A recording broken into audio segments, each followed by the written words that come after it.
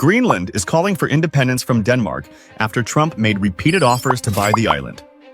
This comes after the Prime Minister of Greenland said in a New Year's speech that it is now time to take the next steps for our country and that Greenland needs to remove its shackles of colonialism under Denmark, referring to the island's status as a Danish colony, until 1979 when it became self-ruling and was allowed to have its own parliament. However, Greenland is still officially owned by Denmark, and most people on the island were fine with that until Trump came into the equation and made multiple offers to buy Greenland. Those offers were rejected by Denmark, but this seems to have spurred a desire for independence among Greenland's politicians, with one saying that the country needs to shape its own future in regards to who they will cooperate with.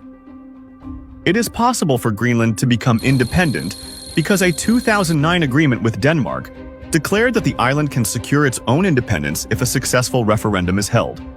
Nu skal I fandme høre.